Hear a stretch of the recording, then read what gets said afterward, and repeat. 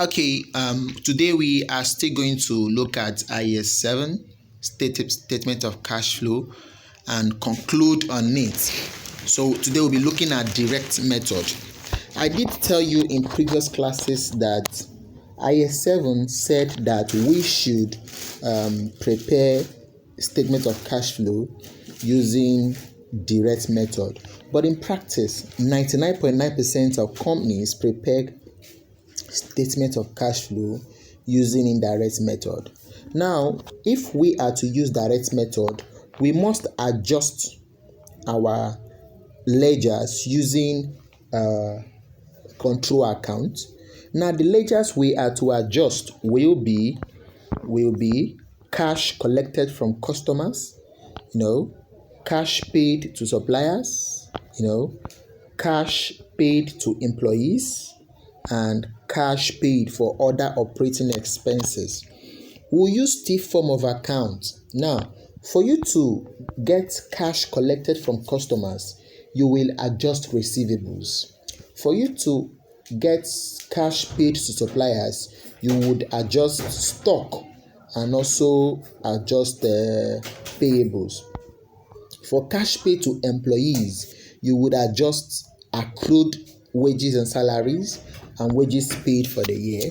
Then other operating expenses include depreciations and all that. So these are what we will be looking at. Now we'll look at the format. It is important that you master the format. Now, this is the form of account. I know you are used to it as my student. In this the form of account, we are going to be looking at cash collected from customers. So in order to get this, we'll be using receivables. So balance receivable is an asset. It will have a debit balance, and the closing balance will be at this side, which is this. That's the closing balance, which is this. Then the sales made during the year will be here. It will be at this side because sales will increase our receivables. So the difference will give us cash collected. It's simple. I hope you can say that. Good. Now, it is not incumbent on you to identify the best way you can do this. And when you identify that, you can find it easier. And how to pick this value. Balance brought forward of receivables, you go and pick it. Balance carried down, you go and pick it from the statement of financial position. Then sales, you go and pick it from statement of profit or loss. You understand? Then you find the difference, you get your cash collected. The second one we'll be looking at is purchases. Now, purchases, the essence of these purchases is to get purchase. The second item we'll be looking at is cash paid to suppliers. There are two workings you will do. The first workings is purchases account. So how do you get your purchases account? You use inventory. So this will be balance brought forward of inventory. Are you there? Then this is balance carried down of inventory. And inventory is an asset, so it will have debit balance. Are you there? Good. So then you bring in your cost of sales. Your cost of sales will be this side, to be at the credit side. So the difference will give you purchases, which is balancing figure. You take these purchases to cash paid to suppliers. That is the second workings. Look at it. This is II, second workings. So cash paid to suppliers, we'll be looking at creditors. So creditors are actually what we'll call liabilities, and liabilities have credit balance. So you now come here and say balance brought forward of creditors and balance carried down of creditors. Then you have purchases, which we got in these our workings here. You bring it down. Since it is at the debit side here, it will now be at the credit side here. So the difference will give us cash paid to suppliers. So that done, the workings number 3 will now be cash paid for other operating expenses. How do you do this? You bring your prepayments here, or accrued expenses. So balance brought forward of prepayments will be here. Balance brought forward of accruals will be here. Hope you know why we are debiting prepayments, because it's an asset. I hope you know why we are crediting accruals, because it's a liability. So their corresponding balance carried down will be here, and also here. I hope I make myself clear. So you now all the admin expenses Your distribution expenses and finance costs will be here. You understand? It will be this side. Then your profit on disposed of PPE will be here. Are you there? The profit on disposed of PPE will be here. Then finance costs will be here. Finance cost will be here. Depreciation and impairment and amortization will be here. So this will give us cash paid for other operating expenses. So it is easier to do. It's quite easy to do. So with this, we are good to go. So we now take a question, which is practice question 4. Practice question 4. It reads thus.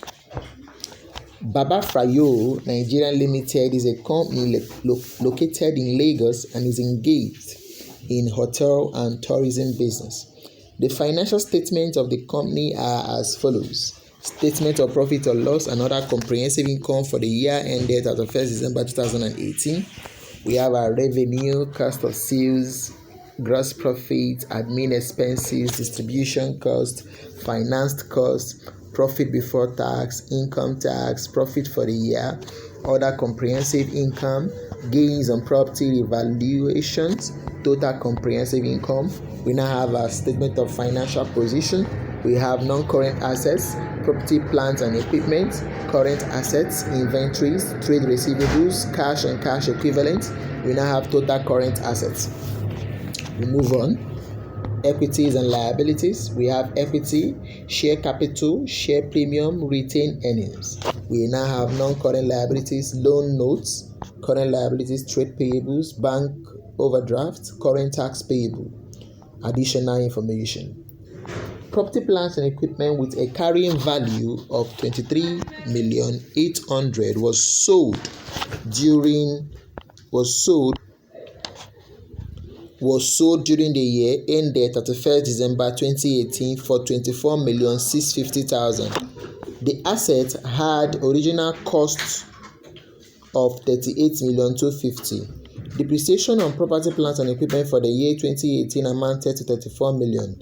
Dividend paid during the year 2018 amounted to 4,250,000 and it is reported in the statement of changes in equity for the year.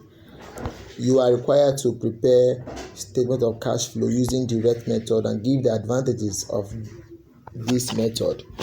Now, explanatory notes. No need for that. So we'll move straight to workings. Workings is the first thing we will look at. So we'll be looking at cash collected from customers. We'll be looking at cash collected from customers. Cash collected from customers is what we'll be looking at. So I want to bold it so you can see it very well. Cash collected from customers. Now, the balance brought forward of cash collected, in order to adjust for cash collected from customers, you will use receivable. And receivable is an asset and will have debit balance. So we'll go to the question and pick receivable. So look at receivable. You can see it, trade receivables. The balance brought forward is the one under 2017, and the balance carried the balance carried down is the one under 2018. So it is 25,500 brought forward and 37,700. You now pick your revenue, which is sales 994,500. So we go back to the workings. So you see it. Balance brought forward is 25,500. Balance carried down is 35,500. Then the revenue, which is sales, is this value. And to let you know, it came from statement of profit or loss. I hope that makes sense to you. It came from statement of profit or loss. So the difference when you add these two together, if you add these two together, it will give you 1,020,000.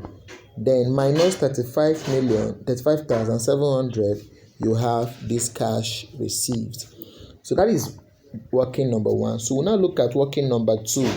Under working number 2, we will first of all find our purchases. To find our purchases, we will use our Inventory. An inventory is an asset. So an asset will have debit balance. So we'll pick that inventory and pick cost of sales. So we'll now go back to the equation. Inventory here is balance brought forward is 51,000 and balance carried down is 49,300. So you pick cost of sales, which is 884,000 naira. You go back to the workings. So in that workings 2I, balance brought forward is 51 million, which you've seen, and balance carried down is 49,300. Then with this, you now bring in cost of sales. It will be here at the credit side. Why is it at the credit side? Because cost of sales is normally debited in cost of sales account or in statement of profit or loss.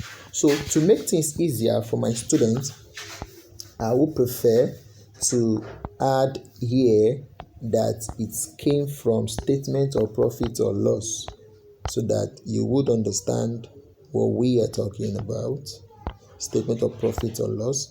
Then the difference, when you add these two sides together, it will give you 933,300. 933,000. Then minus 51,000, you have these purchases. These purchases will now go to creditors account. So that will lead us to workings 2II, which is cash paid to creditors. So in order to get that, we'll now look at these entries. So we have balance brought forward to be 27,200. Balance carried forward will be 24,650. You understand? You bring in the purchases, which is this. Look at the purchases here. You bring it down at the credit side, because it is at the debit side there. It will now be at the credit side here. So when you add these two together, now I hope you know how we got this balance brought forward and why it is at the credit side, because payables are liabilities. So let's go and look at the opening and closing balance of that in the equation. So look at it. Trade payables, the balance brought forward is 27,200 and the balance carried forward is 24,650. So, and it will be at the credit side. So look at it. So when you add these two here, as usual, it will give you this value. Take away this from it, you now have cash paid to suppliers. So this will enable us know what we are talking about. Cash paid to suppliers. So we'll now move to cash paid for other operating expenses. How do we get that? Look at what I normally tell my students. You now look for prepaid and accrued expenses and see whether we'll see any. So let's go back to the question. Do we have under current liabilities? We have trade payables, bank overdraft, current tax. No.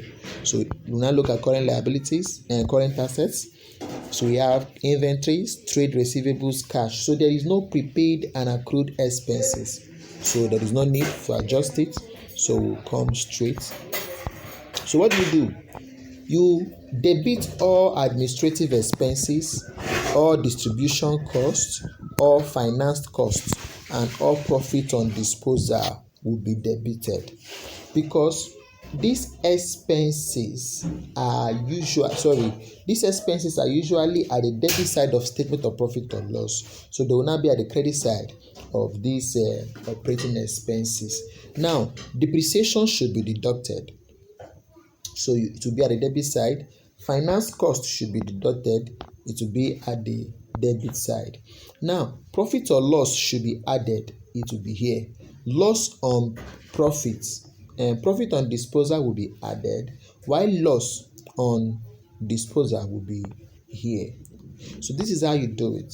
You understand? So when you add all this together, you now have this value. So minus these two items, you now have cash paid. Now, why are we debiting all these values? Or why are we crediting all administrative expenses? We credited all administrative expenses because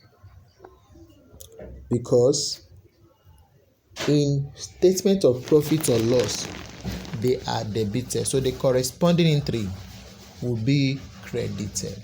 Now, why do we debit depreciation? We debited depreciation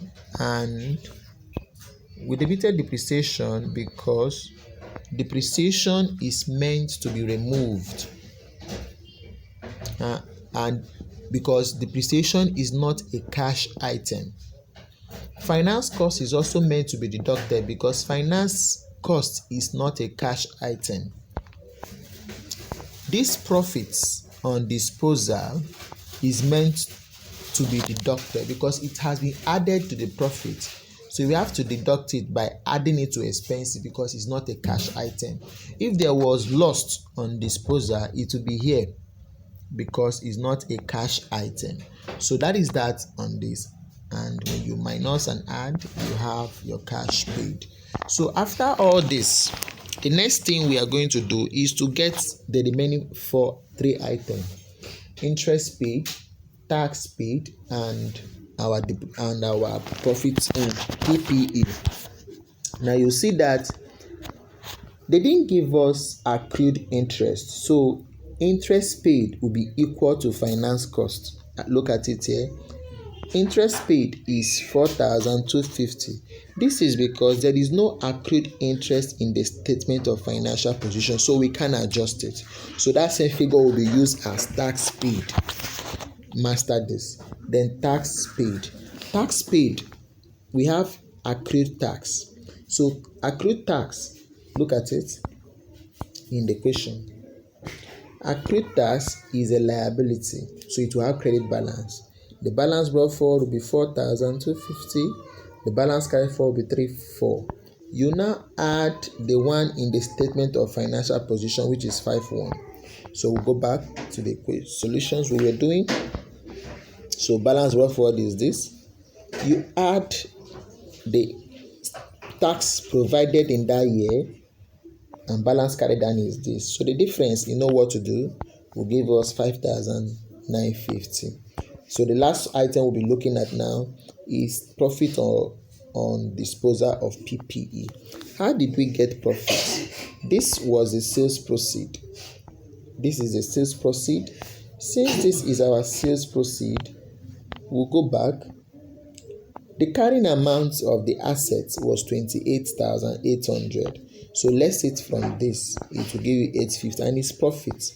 And this profit will be what? Added back to profit. So this profit will be deducted because it's a non-cash item.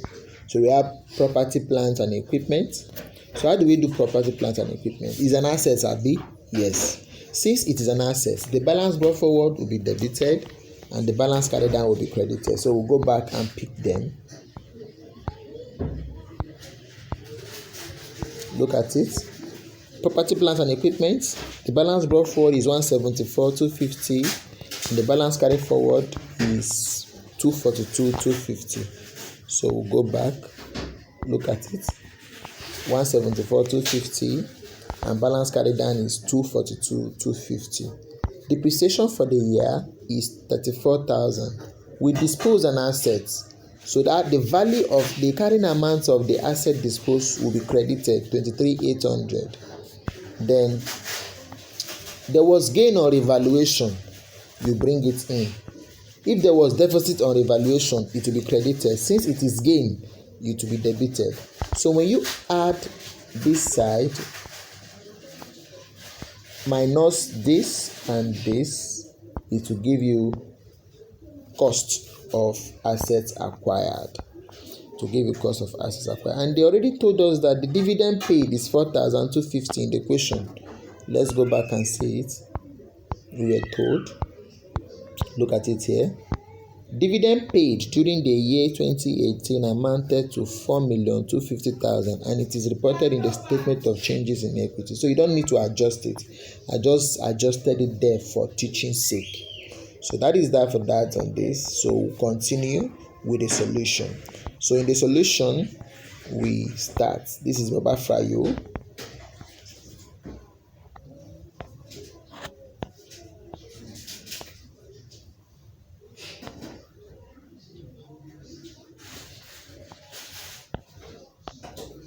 So we start with cash flow from operating activity. You now bring cash received from customer. That was our workings number 1. You pick it. Cash paid to suppliers. That was our working number 2 II. you deduct it. The next one will now be cash paid for other operating expenses. That was 32,300. You deduct it. When you deduct it, we now have this value, which is cash generated from operation. Cash generated from operations. Cash generated from operations. So you now less your tax and also less your interest. We calculated all this in workings. Once you less this, you now have your cash flow from operating activities, which is A. Hope you can see it. Good. You can see this one is simple. Good. So we'll continue. We now have cash flow from investing activities. Cash flow from investing activities. So we have acquisition of new PPE. Working number 7. We acquire new PPE. Look at it. It's not even far from us. 108,800. 108,000. So look at the value here. Good. We made sales. It will be in bracket. Hope you know why it's in bracket, because we purchased. So sales proceeds from sales of PPE is this value. So it is positive because we made the sales. So if you add them, it will give you net cash flow from investing activities. We now move to cash flow from financing activities. In cash flow from financing activities, we have ordinary shares. The opening balance of ordinary shares and the closing balance are not the same. You understand? So we'll look at them. Let's go and look at them so you understand what we are talking about.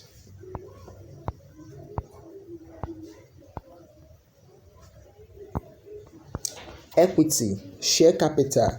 The beginning value is 76,500. The closing value is 93,500. So something happened.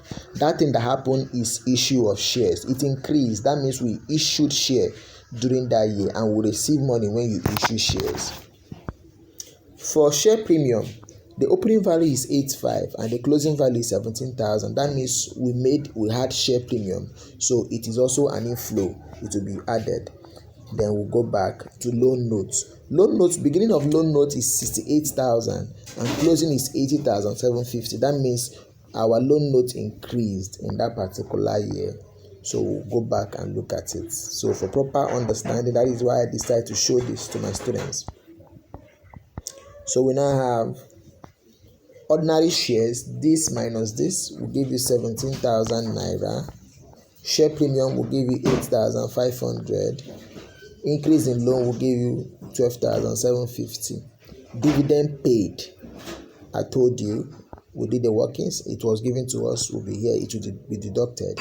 You can see that these ones were not deducted because they added. We received. We paid dividends, so we deducted it. So this gave us net cash flow from financing activities of 34,000 naira. So net increase or decrease from cash and cash equivalents. So you add this one, you add this one, you come down, you add this one, you also come down and add this one, net cash flow. So whatsoever it gives you, and what did it give us? It gave us this value, which is net increase or decrease in cash and cash equivalent. So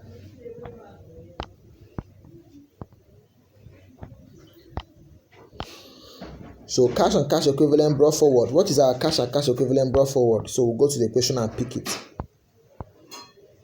Cash and cash equivalent brought forward. The value.